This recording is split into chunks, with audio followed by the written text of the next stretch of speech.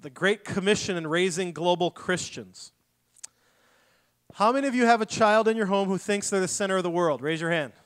Anybody have a child where the world and everything should revolve around them? That is how we all are born. That is, we come out, we cry that we're hungry, we're fed. We cry that we're wet, we're changed. We cry that we're tired of being in our crib. In most cases, we get out. We declare something, and these big people around me seem to give it to me. And then the nature of sin and self-centeredness is cemented. It's supposed to be that way. Not apart from sin, but in sin, a child has to let us know when they have a need, we're able to meet that need. As they grow, though, continuing to think one is the center of the world, is it advantageous to a child's well-being? No, because it's a lie. How many of you are the center of the world in which you live? You realize that. You are not. If you are, we'll talk to you later. Talk to me afterwards. We live in a fantasy world if we think we do, and your children live in fantasy worlds if you perpetuate and allow them to think they are the center of the world.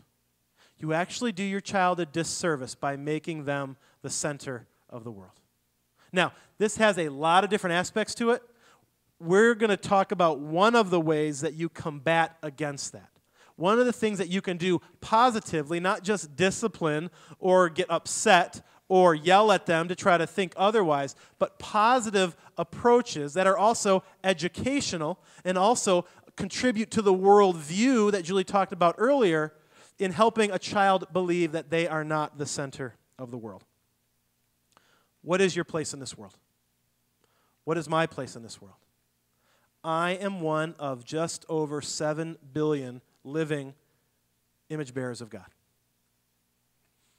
Roughly, if the numbers are correct, only of which 1 to 1.2 to 1.3 billion know Jesus and profess faith in Jesus. So a minority of these 7 billion, I am one of this minority, who believes in a creator God, to whom I am accountable for my behavior, ultimately dependent upon for salvation. Does that place me at the center of my world? No. It places God as very prominent in my world and me as one of the many gracious recipients of the grace of God who says He knows every one of our names. Beyond that, He knows the hairs on every one of our heads. I'm actually pretty small in my world. My God is very big in my world, and He loves me more than I can describe. That is my place in this world. That is what you want your child to know and ultimately understand, because that's a biblical worldview, and that will help size them down and help them understand and get their role therein. Does that make sense? This idea of self-esteem and you're the best, you're the most important, you're the greatest thing since sliced bread can be damaging because we inflate falsely who they are. Rather, if they're loved of God and valued by Him, but have a role within the body, that's a much more appropriate way. One of the other things that we have to watch out for is materialism and self-centeredness. How many of you are struggling with materialism in the home? Kids wanting things. They're getting to the age where their friends have stuff. They want stuff. They see it advertised on TV. They see it at the store. They want things. They want money. Mom, Dad, why can't you give us more money? Why can't you make more money? We don't have the things my friends have. I don't feel like I'm as good as they are. Yada, yada, yada. I was saying it to my mom when I was that age. How do we fight against that? Do you make extra money to make your child happy? No. Nice. Thank you for the chuckle, because it's ridiculous. This is one of the ways that we have sought to combat this. Can you take this off for me? Mm-hmm. Some of you have been over to our home for dinner or a function or a group or something, and you might have seen this hanging in our dining room. Julie's going to share about this here in a moment. The second thing I want to do before she does that, though, is I want to talk about this idea of a lost world. See this picture of the world? We live right about here. 3-some billion, maybe close to 4 billion of the world's population lives there. You want to know what percentage of the world's population in that darkened area called the 1040 window know and believe in Jesus? Less than 1%. So pretty much most of the 4 billion people right now do not know Jesus, and apart from Jesus are headed towards a godless eternity, the hot place, as Zeke likes to call it. Do your children understand that? Do your children comprehend the small little place that they dwell here and this massive world in which they live, most of whom are lost, do not know Jesus? It's an important thing to understand because Jesus' final words to us were what? Go therefore and make disciples of all nations. Jesus' final words to us, you, me, and our children, were to go and make disciples. And if we don't communicate the final words of Christ to our children, have we communicated anything to them? The greatest purpose, the greatest resolve is found in the command of God and the purpose for which He made us. And I believe that that is such an important thing. And thirdly, they must understand that they are global Christians. The United States has 300 million people. What percentage of the world's population is that? Less than 5%. But yet we seem to think that we are the center of the world. The U.S. should be right here, and the world rotates around us. Not true. God does not see America and say, well, you're America. You're separate and special.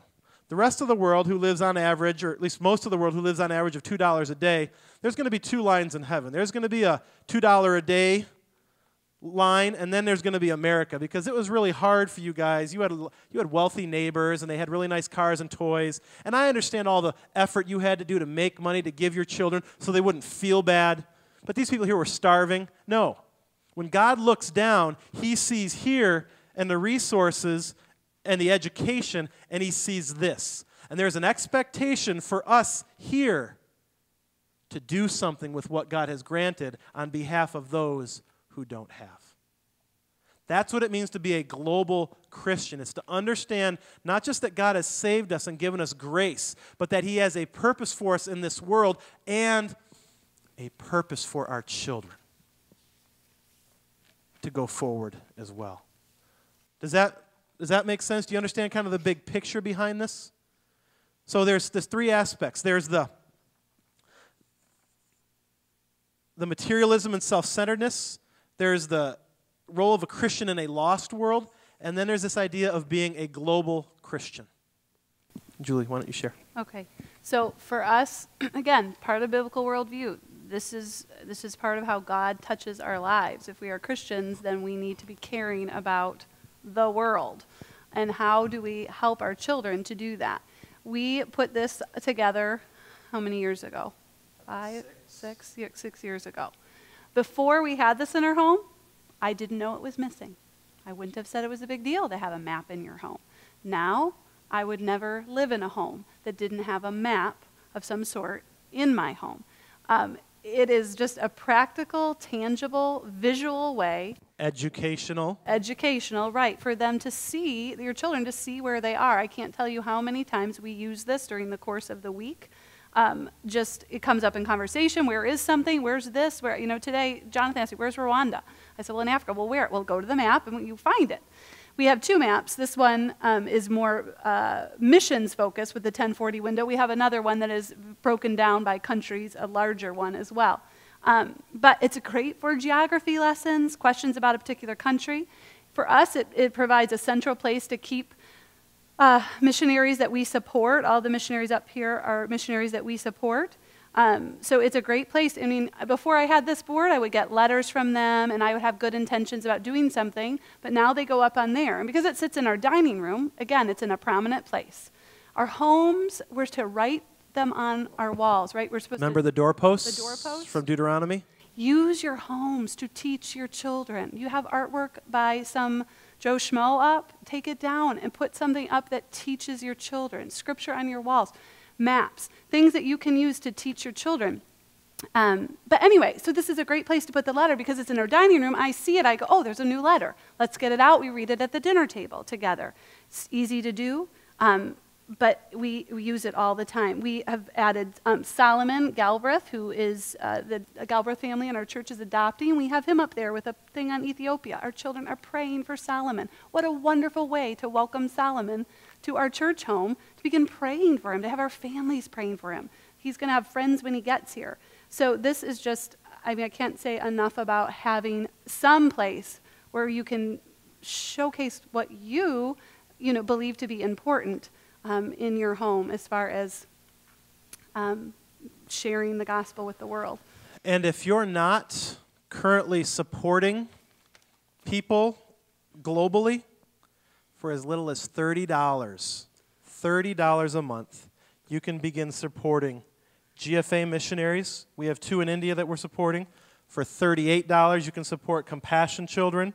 We have a Compassion Child Julie's been supporting for 11 years. You can, at minimal cost, begin doing something very Jesus-like and also give your children a contrasting point in the world that has meaning and value that they can begin thinking about, separate from St. Louis, Missouri. So let me give you some other ideas of things that we do. Speaking of children, each of our children receive a child. A Compassion Child is a gift on their 6th birthday. That's a gift. That's a pen pal to them. That's something that we feel is important. We are always increasing our giving. So that is just that year. We know we have a child turning 6 that we feel like is writing and able to do that. Then they have a child. So this is David's, and this is Jonathan's. And we picked children that were born, close to their age, so they could be, together in that. So that's something else that we do to help them be global-minded. So let me go through some other things. We go on short-term mission trips. As Jeremy has gone, I have gone. Our children naturally have an interest in Africa more because we've been there. So that's something that you can do as they get older. Hopefully they could go with you. We read and pray through Operation World. I don't know if you are familiar with this book, but again, it is awesome. It's a daily devotional. Every day you open up, it's a different country. We don't do it every day. We don't do just it every so you day. know. No. But it is a regular part of our repertoire of things to get our children thinking about other places other than St. Louis. So, you're praying for China from April 5th to 19th. It's a big country. So much of April you're praying for China. It has everything you would want to know. And honestly, I didn't grow up doing this. I didn't become a Christian, like I said, till I was 20. This has not come natural to me. Okay? So if you think I'm standing up here because I, want to do all this stuff, not at all. But I feel a responsibility to do this for my children. And they take to it. They are interested in this. They want to find out what's the population, what they do. And then they pray, and they can look at the map and where is this place, and then we pray for those people. I'm just being honest with you. This is not my natural forte. But I am the spiritual director, along with my husband, of my home. And if I don't give my children opportunity to grow, who will? If you see a natural talent in your child, right? You see they're a good ball player. Debbie, what do? They're a good ball player. You sign them up, right? You get them a what? A coach. You don't say, well, you'll figure it out. You do the best with what you have. No, you get them a coach. You are your child's coach. Their faith is fledgling when it starts in your home. Lord willing, it starts in your home. It's fledgling. You are the spiritual director that begins to pour into that to give them opportunity to grow. You might be saying, hey, I didn't do any of this when I was a kid. I'm okay. But what if you had? What if you had been marinated in this? You had been surrounded with these kind of things. What might have you discovered? What might have God percolated in your heart? Just giving your children a chance to learn about, to grow. Something else we do, we read missionary stories. Missionary stories with the Millers has been awesome for my boys. Experience thrilling adventure. You have brave, courageous, I think about the Reinauer boys. You want to give them some way to kind of, I don't know. What do I want to say? An outlet for that courage. Missionary stories. They're the guys in the jungle, and, these are real stories. Let the missionary be their hero. Yeah. They're looking for a hero, someone to emulate. Like a Tiger Woods, let it be a missionary. Again, Jonathan loves it. It shows you the country, it gives you a map. These are wonderful.